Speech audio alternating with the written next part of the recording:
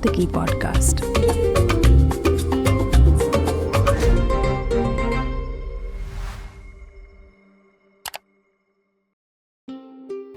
Hello everyone and welcome to the Narthaki Podcast. I'm Anita Ratnam and I want to start with this saying. A child prodigy who fulfills their destiny is not always a reality. Many fade away after the initial meteor loses its blaze. But not our guest today. Rathna Kumar, known to my generation of dancers as Ratna Papa, because the word Papa is what is given to a child, a young person in South India. So Ratna Papa, a prolific dancer in Bharatanatyam and Kuchipudi, trained by legendary hereditary gurus, and who has charted her own destiny in faraway USA, now counting 50 years and more. As her cultural organization Anjali Center and Samskriti in Houston, Texas, celebrates now half a century of celebrated glory in her home state of Howdy, cowboy country, Texas, we welcome Ratna as our guest on today's show. Ratna, is such a pleasure. Always a delight to speak with you. Thank you. Thank you for having me. And I apologize for my sore throat. Don't worry, we will get through all that. I wanted to tell you that the Papa was not part of my name ever. I was called Papa at home, but at 3, when I went to school and they kept calling Ratna, I would look around because I did not know that was my name. I was only Papa. And so the teacher, who was an Anglo-Indian teacher, she thought that, when she asked me, I said, my name is Papa. And so she thought that maybe it was part of Ratna. So she would call me Ratna Papa, and I would say yes. Then I said, present, miss. So she thought that was my name. She attached it, and it never got detached. And even now, when I say Ratna Kumar has come, yeah, Ratna Papa va. Yes, after all these years. Now, I want to start. Age 4 is when you started dance. Yes. It's considered too early today, right? For anybody to start classical dance. Absolutely. But was it your mother who had the desire? Did she sense your talent? Because you have a sister, Sita, but it was you who came to the forefront. So tell me how that moment happened. Your mother wanting you to dance, or you have this uncontained energy, and how you met the legendary KJ Sarasa as her first student. A serendipity. My mother was passionate about dance. Her generation, she was not allowed to learn. The day I was born, she told my father, she's going to be a dancer. My father laughed. He said, are you crazy? Then she said, no, look at her, she's moving her eyes. Then he said, all babies do that. But she was convinced. And I had a habit of sleeping with one leg up like this. She said, Natraj pose. And my father really thought my mother was off her rocker. But I don't know, my mother had this vision. All her passions, her desire to learn, probably just flowed through me, and she dreamt of me learning dance. And in later years, I used to ask, I hope I never let you down. And she said, no, you made me so proud. So I think maybe I have a feeling that somehow it just translated into me. And my neighbor used to learn dance, and teacher would come on behalf of Vadya to conduct classes. And I would hear the sound of the Tatakali, and then I would run to their house, stand outside and be watching her, come home and be imitating. So my mother said, this is not how you should be learning, or you shouldn't be doing all these funny things. Then she went and she asked Sarsa teacher, can you come home for tea after you finish your class? And then she came, she said, I want you to teach my daughter. She said, I can't. I am not my own. I was 4, she was about 20 maybe. She said, I'm only teaching on behalf of somebody else. And then my mother kept asking her questions, and then she told her story, her life story. And then my mother was such a feminist, had tears. And she said, will you take my daughter on as your first student? And she said, if you think that you're willing to give me that challenge, throw the challenge into my court, I will take it up. And that's how it began. So, for the benefit of the audience and the listeners, KJ Sarasa, now a very, very celebrated hereditary teacher, was the first female to break away from the patriarchal setup, because those were the days in which hereditary families, the men were the Natyacharyas. Yes. The men taught. And the women sort of stepped back. Yes. So to have somebody from the family step out and to wield the Nattuvangam, the symbols, with the courage that she displayed and the open-mindedness that she had, and for you to just fall right into that kind of mosaic with your mother, you use the word serendipity. So in a sense, you were like a sounding board or like a template for her. Absolutely. And she, I'm so glad we're doing this today. Yesterday was her 14th death anniversary.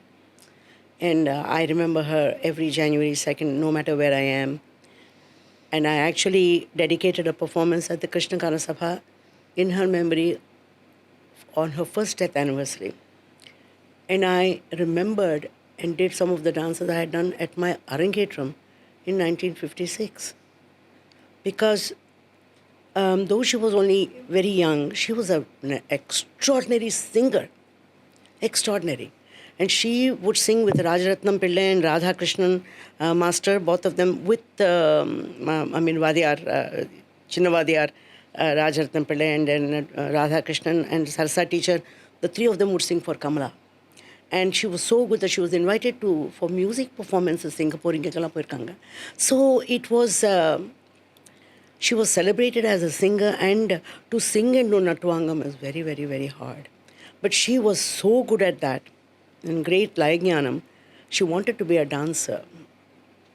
And Vadya told her, no, you're too dark. You won't shine as a dancer. Too dark. Too dark. You're not good looking enough. When you talk of Vadyar, you're talking of... Periyavadiyar, Vaduvu Ramaya Pillai. Yes, so that's just her, for the benefit and of... And she lived in he kind of raised her because she had lost her father very young. Yes, and so, but she came from that parampara. So when she told that to my mother wanted to... My mother, as a real feminist, she said, no, I need to help you. And she taught me with a lot of love and discipline. And discipline. A lot of discipline. Aramandeshwara tarayoda tariya okarno, almost like you need to be on the ground. On the ground. That was her phrase. And, she taught very correctly. Some people say she didn't. I don't know. I mean, I know personally that whatever I am today, it is her teaching. And I have wonderful memories of the discipline that she had instilled in me. So I was just fortunate at the time. And you also must have rubbed shoulders with Tamil Nadu's former Chief Minister, Jayalalithaa, who was also her student. Something very strange happened actually at that time. My mother knew her mother and aunt. And so on the day of my Arangetram, March, this year will mark the 70th year of my Arangetram. March 16, 1956, Sandhya had brought this little very cute doll-like girl to the Arangetram. And after that, she came and met my mother. She said, Ansuya, I want my daughter to learn from this teacher. And the day after my Arangetram, they came home and we all went together to teacher's house. And my teacher, she said, my daughter, please teach my daughter. And my teacher said, okay. She never thought of anything else. She said, okay, I'll teach this girl. And then we later on, when we were learning dances around, we performed together. We became very close friends. I called her Ammu, and we spent weekends together. Her brother was a good guitar player. We had a lot of fun times. And she was a wonderful person. And we had many, many performances. And it's so strange. I had no idea. She had kept my Arangetram brochure, my picture with teacher, in her album. Because when she passed away, all TV stations were flashing my photograph with Sarsa teacher and saying, late minister. And I was in Navakkara having Ayurveda treatment for my back. And I'm seeing my picture saying, why is my photograph here? And then Sita called and she said, you need to remove that. My sister is alive. She's, that's strong. I said, we found this in her album. Okay. So she carried that. I was so grateful that a memory of our friendship was with her, in her house, in her album, where they found this picture of me and Sarsa teacher when I was 9 years old. So Purachi Talaivi Jayalalithaa started dance after her mother and she watched your arangetram. That's a lovely story. Now, Ratna, as Ratna Papa, you were such a busy performer. Like, I'm told every weekend you were out, you were performing. In Tamil Nadu, you were doing strictly Bharatanatyam Margam items. Absolutely. But when you went to Andhra country, now Telugu Desam Andhra, you would add a couple of pieces that your mother had suggested for the crowd there. So is that how you got sort of slowly inducted into Kuchipudi? No, actually, those were the days when Vaijayanti Mala and everybody, they would do Marwari dance in performances. Yes. And Korati dance, Pamba dance, snake dance, yes. There was a Krishna dance. With only music. Yes. So these were all part of the repertoire. Yes. At one time of performances here in Chennai. Because I remember Gokhale Hall was one of our favorites. We went there for every performance. My mother, by the way, from the time I was about 1 or 2, I have memories, took me to every, very eclectic taste, took me to every single performance in town. It did not matter to her. French ballet, Uzbek folk dances, Bhaskar Roy Chaudhary's modern dance. And she would tell me, look at his arm movement, you should be doing like that. I mean, even before I started learning. So I had a lot of input. Tons way before I even started dancing. And that time I used to watch, I in fact cried for one, and my mother made me one of those Marwaris thing after seeing Vaijayanti Mala's performance. That skirt. I wanted that skirt. Yes. And at that time, the great Vedantam Lakshmi Narayana Shastri was in town, and he was working with Balama. With Bala Saraswati. The great Bala Saraswati. And he was a very close friend of my grandfather's. And I would call him Tatay Garu. So he would come home and I would sit in his lap and he would be singing and showing me hand movements. And he would sing the Vasanta Pallavi, which I was later choreographed for me by master for our Ranga Pravesham, which has never been done again except by me. Nobody does it. The Sahityam is one, it lives with me. I have taught my students, but nobody else does it. But it was he, Tatay Garu, who would sing in his broken voice. And I fell in love with those gestures. And I must be about 3 or 4. And then his son came into town, Vedantam Jagannath Sharma, who was a very good-looking person. He did Sri Vesham and he was extraordinary. When I was here, my mother asked, Sarsa teacher was such an open-minded human being. She asked her permission, can my daughter learn a little bit of Kuchipudi from him? That's, Telugu is my mother tongue and I just would love her. I've grown up watching it. I want her to learn. And teacher said, well, of course. So I learned 2 Kuchipudi dances from Jagannath Sharma. And it was a short Balagopala Tarangam and a Dashawataram. And it was, I did it for my Arangetram with teacher's permission. Vedantam Jagannath Sharma sat on stage and did the Natwang for those 2 dances. I can't imagine anybody accepting these things these days. We have become a little more rigid in our outlook and, and at that time, people, she was so open-minded. And I guess the seed was sown then. I enjoyed it so much. It was a very vivacious, vibrant kind of dance. Suits your personality more almost, and I feel. It was like a very, I loved it. But then he left town and then, and I became, I guess, I started concentrating more on Bharatanatyam alone. And when I was invited to Andhra Pradesh, actually they loved Bharatanatyam and they loved teachers singing. They would ask her to sing songs in between. And she became very popular in all over Andhra Pradesh. Then when I was in high school, finishing school, and we had 7 months of holidays because I did that senior Cambridge thing. Then my mother kept bothering Vempati Pedda Satyam. Master was not on the scene as yet. She said, please teach my daughter Kuchipudi. He was very busy working in movies. And he said, I don't know if I have time. She said, somehow or the other, make time. And he felt so obligated because my mother relentlessly pursued him. Then he was an excellent artist. He had drawn all the Adavu in pictures. So he went to, he says, you're making me work. And he went through all that and he taught. Oh my God, he was so strict, so strict. So I was so scared of him. And I would never go unprepared to class. So that those 6 months, morning and evening, I learned basic adavus of Kuchipudi. Extremely disciplined person. Very strict. If I was hurting, he didn't care. If I didn't turn up, he would call and say, where are you? So there I was. At the end of 6 months, he said, I'm so sorry, but I am very, very busy. I can't teach you anymore. My brother's in town. Send you to him. Chinnasatyam, sir. And Master, Chinnasatyam Master, I mean, he's my real guru. Everything that I know now is what he taught me. And then he introduced me, and then Master used to come home and teach. He had no school at that time. The school started later. That's, Many of the teachers in the 60s would come home to the students' homes. Absolutely. Because this whole institutionalization of all the academies started only much later. Absolutely. Much later. So it was very normal for our parents to send the car and pick them up. Yes. And, there was always food in the house.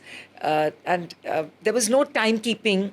There was no 1 hour class, or 90-minute class. Because I remember, Ratna, I was also dancing. Preeta and I, my sister, were dancing. It was 3-hour performances. 2.5-hour performances. I attended your Arangetra. And at least 2 costume changes. Oh, absolutely. At least 2, if not more. Yeah. But times have changed. Okay, we're moving from the celebrated Ratna Papa, who is now not a papa anymore, but has grown up, celebrated dancer. And then you marry this wonderful man, Anil, and life takes you to Houston, Texas. You land up in Houston, Texas, cowboy country. The year is 1975. Yes. Okay. And you're actually there hoping to start your PhD program in English, having been a gold medalist in Stella Maris College in Chennai. And then you find yourself dancing for the Indian ambassador in Houston. And that's where, again, life pulls you in a different direction, completely unexpected. So tell us about that moment. I was not the gold medalist. I came third in the state of Tamil Nadu. But that's okay, medalist, darling. You are third nowadays is fine. You're in the top 3. Of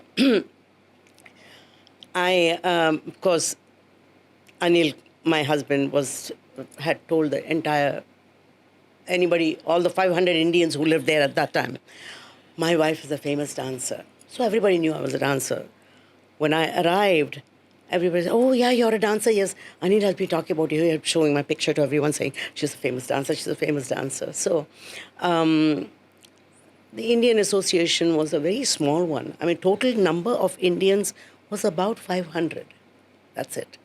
And the Indian ambassador was coming. They were celebrating the Indian Independence Day a little later because of his free time. And they said, can she dance? I was just waiting to dance. I was dying. I said, I'm going. I had to look for where is Houston in the map. In the map. And I said, oh God, where? Right there at the bottom. And what will I do there? So I jumped at it. I said, yes, please.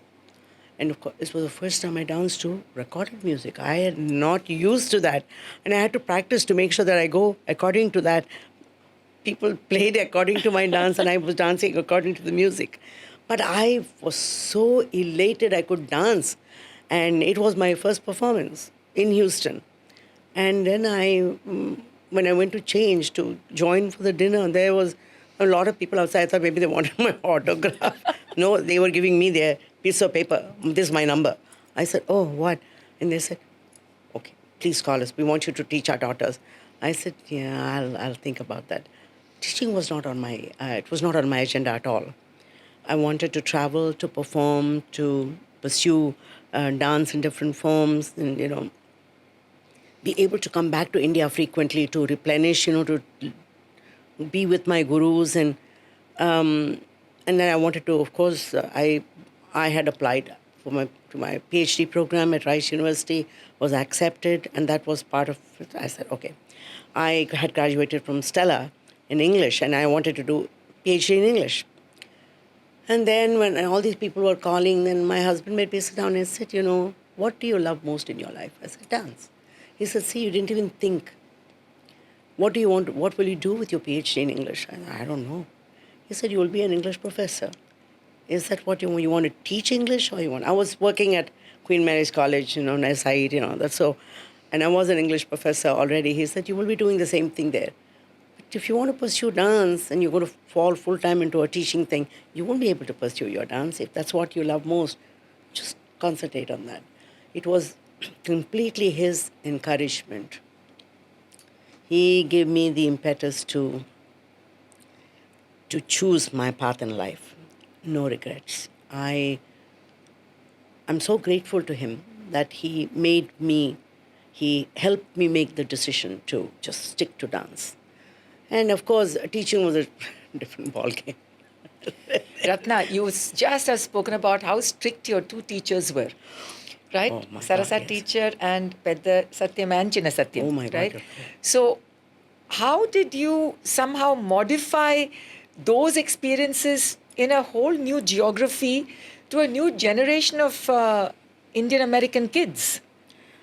It was very difficult, Anita. In the beginning, the people were dropping out of the class. That's what I was Right, left, and expecting. center. I started with 2 students, and in the next class there were 20. Of the 20, about 10 dropped out. Why? Because after 4 weeks, 2 of the mothers said, oh, my daughters are getting very bored because they're doing the same thing every week. I said, oh, but shouldn't they know this before they can go to the next one? I said, I just can't teach something new every week. This is how we learn. She said, no, they're very bored. And I didn't know what to do. But, I couldn't make compromises because they were so new to this. The ones who stuck on were the ones whose parents knew that it was important for them. And most of them were South Indians. I mean, I'm sorry, I have to mention this because the ones who did stay on, and some of them were Bengali. They felt, and a couple of Gujaratis, they felt that it was important to, if you want to learn an art form, you have to learn it properly in a disciplined way. And those stuck with me. Some of them came and performed at the 50th anniversary. Because they knew that, just going with a new step class to class is not going to get them anywhere. But it was very difficult, though, some compromises had to be made, but not in the way of teaching. I mean, not making it light for them. Oh, you can't sit in Armandi, it's okay. You can stand and do. Not that kind of thing. But I learned to draw pictures. And because there were no copiers, no computers, no cell phones, thank God, what happened was, and we need it now, but in those days, those minor distractions were not there for kids. They could concentrate. My first few sets of students are still my best. What I would do is I'd buy sheets and sheets and sheets of paper, lots of Sharpie pens, and I would sit and methodically draw pictures with explanations underneath saying, put right foot out, heel, then turn right hand up in Tripataka, turn right hand down, bring right foot in. And then I would draw these stick figures, which later became a book called Aravu. Yes. And for each child, no copiers, each child I drew a separate sheet. Some of them still have it. They have all my sheets. And even dances, Alaripu. I have Jatiswaram, Alaripu, Natarmada, everything in drawings. I would spend all night long drawing for them and give them as a work with this. I need you to come back tomorrow doing this properly. And they would work with those. It was much better. Actually, the first class, not knowing how things go there, I was going way past 1 hour. I was going 1.5 and the parents were looking at the clock and watches. And I didn't know why were they in such a... I said, oh, you have to go somewhere? No, it's past 1 hour. No, I said, oh, so? No, but class time is over. I said, oh, class time is only 1 hour? Yes. I said, oh, okay. I'll see you tomorrow. No, we won't come tomorrow. We'll come next week. I said, no, but they'll forget by next week. Their children, they have to come tomorrow. No, we can't come.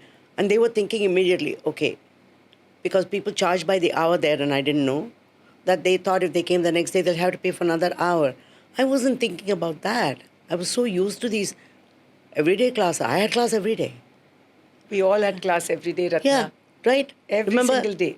Every And for day. me, this once a week was such a shocker. And 1 hour, to this day, I don't have clocks in my room. I've noticed At the that. studio. I've noticed that. And there are people who come and wait and I tell them, excuse me, 5 more minutes. Yeah. And I will take their class longer. I will take the next class longer. And the classes which are supposed to end at 2 will end at 3, 4, because It's so un-American. after 50 years, I still can't think of 1 hour class. Right. I find it so difficult to have to, to channelize all your attention into that short span of time. I have learned to make some adjustments, but Tell me about Sanchari Bhava, because when you teach traditional Padavarnams, and there is the imagery of the lovelorn Naika waiting for her beloved, and we have the stringing of the jasmine, the Mallipu Malai, and then we have the grinding of the chandan paste, and then we have the rose water, So we have these traditional motifs. Yes. Or, I've lost my appetite and I've become so thin and the bangles are slipping off my hand. Now, you are trying to translate that to another generation of young girls. who don't feel any of these. Exactly, who don't feel any of these emotions.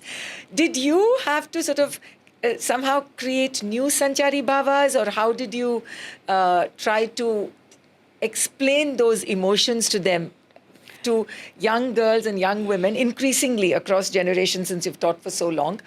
How do you somehow bridge that cultural divide? Well, I don't teach strictly Shringara because I don't think they understand Shringara in the sense of the word that we use here. And I've taught them simpler. But some of my really good students, who are very capable of understanding this, I make them sit down, and we do Abhinaya only when I make them sit down. And I split up the actions, and I tell them, you have to do this way. When I tell them, okay, I can add your nuances if you can, otherwise you have to look like this, explain to them, you won't feel this, but this is how it used to be in the olden days when, maybe they felt love more intensely. Now, even if you feel it intensely, it is different. You break up, but then it was not that way. If they broke up, it was the end of the world. So you have to feel that more within you. But what I do is I simplify the actions, not show too many of those sancharis, maybe just show one or two. And some of them are very capable and do very well. But I limit that kind of thing to just a few who understand. Otherwise, mostly I teach them simpler varnams, which don't require this much of in-depth understanding. You also created a whole mirror technique of teaching, where you stand in front. It's like a student standing in front of the mirror, but you're actually flipping the hands. It took me some time. When did you decide that would be an easier way of trying to, when you do a tate tete, you start with the right hand, but you start with the left hand so they can actually follow you? Because I had taken with, I didn't have. I bought some stick in some hardware store, and I used to sit on the floor and hit this, and it would show with my left hand. They were all doing their right hand. And then when I did my right hand, they would do their, they did their left. They were corresponding. And I said, no, you can't do your left hand, you have to do. But you did no. I said, no, that's not. And if I did my right hand and they did their left hand, I said, no, I'm doing my right hand. Oh. And then for some kids, one of the mothers decided to draw R and L on their feet. Hit your right foot first, then they look, and they'll hit the right foot. Because they couldn't understand. And I said, okay, I have to do something because they're not following this at all. So I started showing, okay, now you do your right hand first. Thumb, digi, they do this first and then do this next.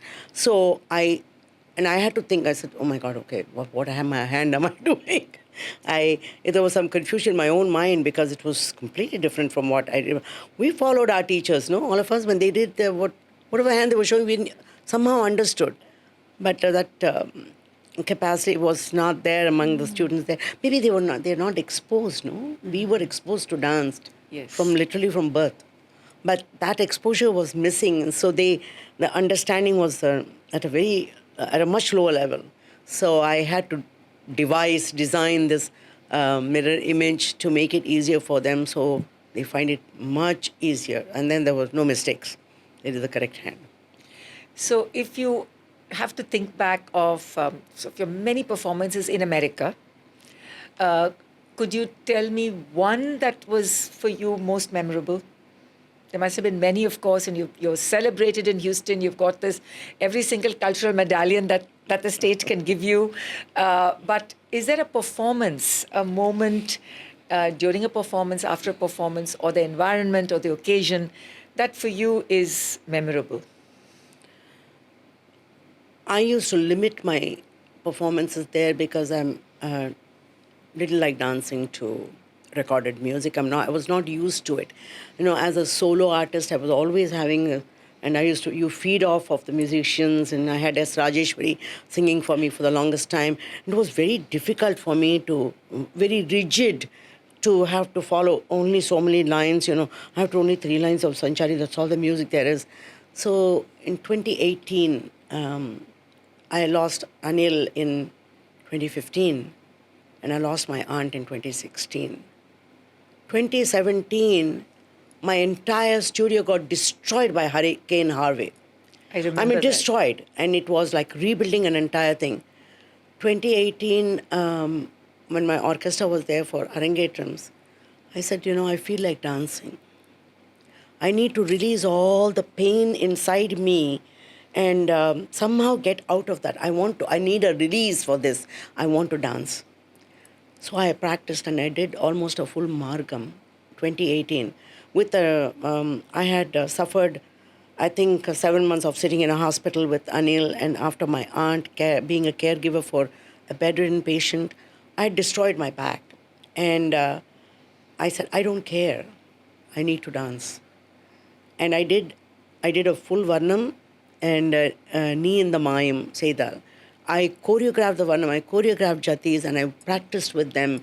And I did, and I tell you, I was like, I felt God had given me a chance to somehow or the other break out of this, completely like in a cage of pain that I was trapped, I was like shut out and shut in too. And for me, it was personally a beautiful journey, a release from that. And I don't know how I did it and what made me do it, but it was such a wonderful feeling that I could dance again. That's a beautiful story.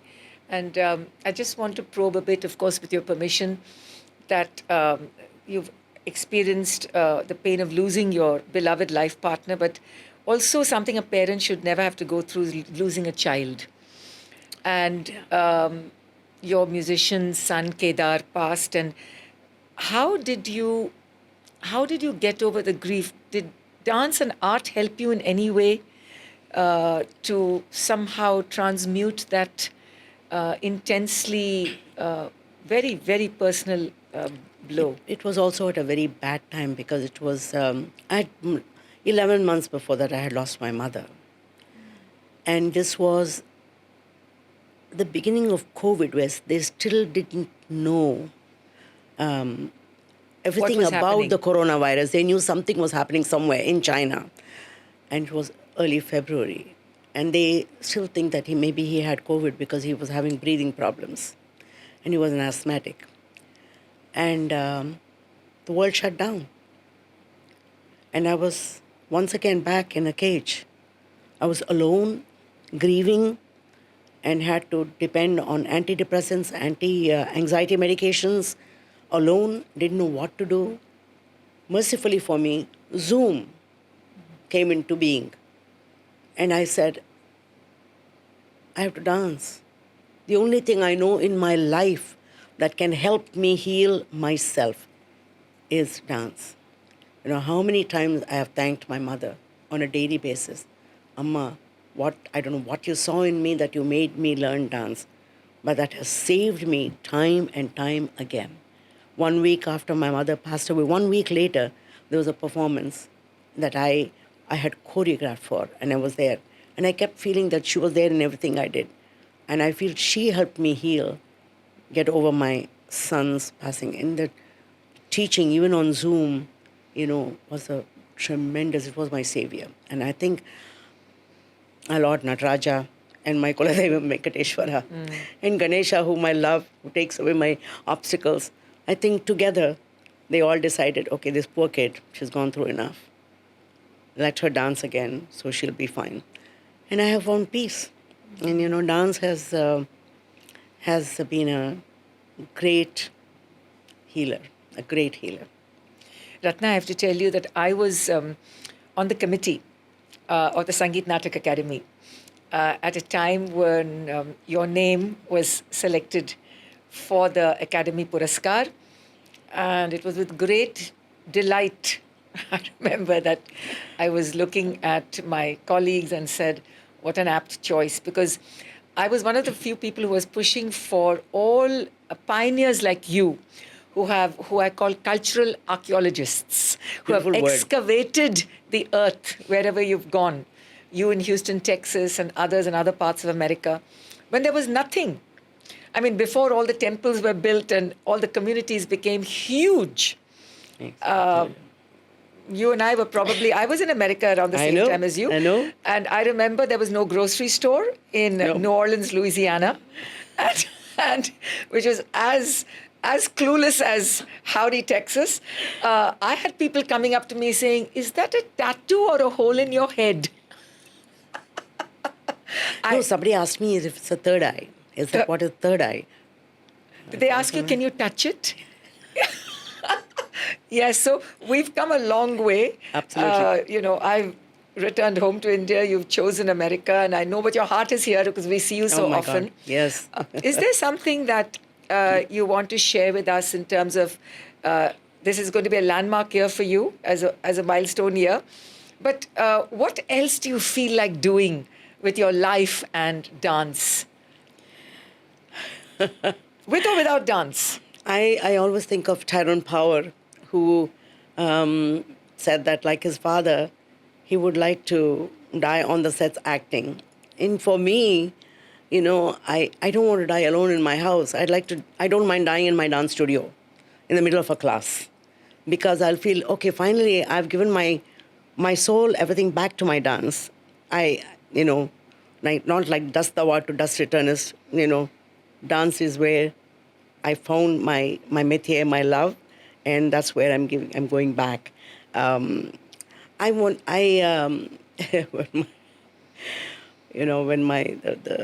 the investment, whoever the people, the financial consultants I go to said, oh, okay, so when are you going to retire? I said, I'm not retiring. And then they said, but you have to sometime. I said, no. I will teach dance and I will choreograph till the day I die. I have so many ideas in mind for productions and to do something meaningful. But I'm not rigid. I see the works you all do. I love what you do. You know that. And I admire, you're such a brave, courageous person. You were one of the first to break away from, the rigid lines of Bharatanatyam, use the same medium but do things which are outside of that, And I feel, that it is time for us to understand. And because I live in another country, I feel that I have to adapt and do a lot of dance, but which also uses social, themes. But still, I do also usual our kind of themes also. I want to continue dance till my last breath. That's what I want to do. I'm winding down. I don't know if I want to teach that much more. I want to maybe spend more time in India because I breathe. I come here and I feel this is really where I belong.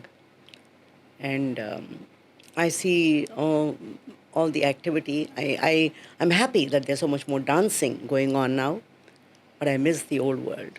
I miss the old kind of dancing, those margams and all that, I think of my teachers very often, and I want to be true to both my gurus. And I just want to stay with the dance till as long as I can. That's a beautiful thought, to be able to exhale one's last breath, doing the thing that you love most. Absolutely. I think all artists or all creators will have that wish.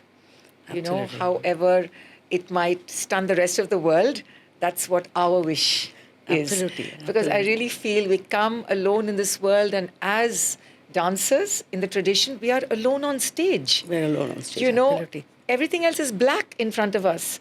Our families we leave behind, all our other identities we leave behind. Yes. And we're there alone, and what better way to bid adieu? Absolutely. So on that note, I'm going to say thank you for this lovely conversation. Thank you. By the way, I want to really thank you. I've done that and I want to say it again. But for you, Uttara and I would not be the only NRIs to this day who received the Sangeet Natak Academy Awards.